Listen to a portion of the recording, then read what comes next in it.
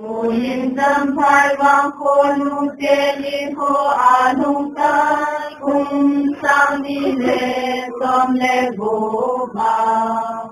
Kung tawin ng labonun nain kogin ahong halong kisiding adi.